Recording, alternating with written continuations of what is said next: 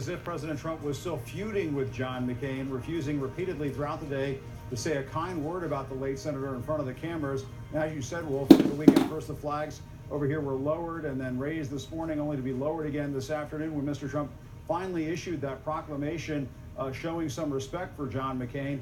Asked what changed in terms of releasing a statement, White House Press Secretary Sarah Sanders just told me a few moments ago it was the president's decision and that statement speaks for itself.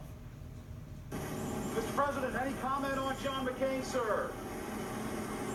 Mr. President, why won't you call John McCain a hero, sir? They are the two words capable of hitting the mute button on President Trump. John McCain. At 5 different photo ops, the president was asked to comment on the late senator. And each time, Mr. Trump greeted the question with stone-faced silence. Why won't you say let's go, make your way out.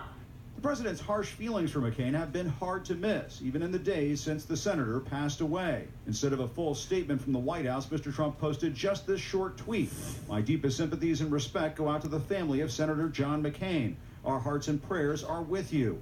A longer statement was drafted by staffers, but not used. The flags at the White House, which were brought to half staff on Sunday, returned to full staff Monday morning, only to be lowered again in the afternoon.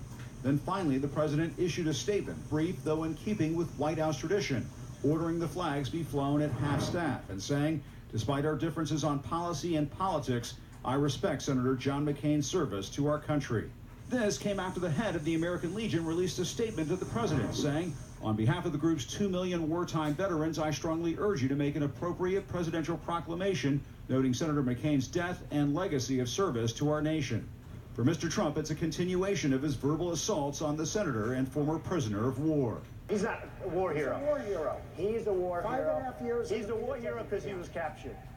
I like people that weren't captured, okay? I hate to tell you. McCain rarely fired back, but did so to C-SPAN, referring to the bone spurs that kept the president out of Vietnam. One aspect of the conflict, by the way, that I will never, ever countenance is that we drafted the lowest income level of America and the highest income level found a doctor that would say that they had a bone spur. That is wrong. The president nursed a grudge against McCain for voting against the GOP effort to repeal Obamacare with a memorable thumbs down. We had a gentleman late into the morning hours go thumbs down. That was not a good thing he did. That was not a good thing for our people, for our country, whether you're Democrat or Republican. In a stark contrast with her father, Ivanka Trump praised McCain in a speech, calling him a hero. The nation is united in its grief, and the world mourns the loss of a true hero and a great statesman.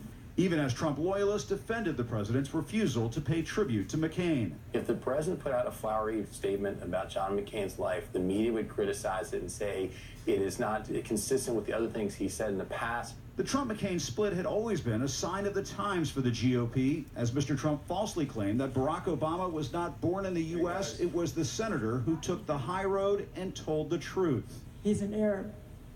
He is not. No. No, ma'am. No, ma'am. Instead of taking time to praise McCain, the president phoned the leaders from Mexico. And I believe the president is on the phone. Enrique? As the White House tried to change the subject, pointing to a new trade deal with Mexico that's aimed at replacing NAFTA. I think NAFTA has a lot of bad connotations for the United States because it was a ripoff. It was a deal that was a horrible deal for our country. Asked earlier in the day why more had not been done to honor John McCain, a senior White House official said, well, the president did issue that tweet. As it turns out, the White House realized that tweet was not enough. But Wolf, make no mistake, the president and his team had every opportunity to get this right. It took nearly 48 hours for the White House to do what could have been done on Saturday, issue a full, respectful statement honoring McCain, along with a proclamation that orders the flags over here to be flown at half staff. Wolf, at the end of the day, the president did not refer to John McCain as a hero, but we didn't need him to. Wolf. Jim Acosta at the White House, thank you. Tonight, the Senate has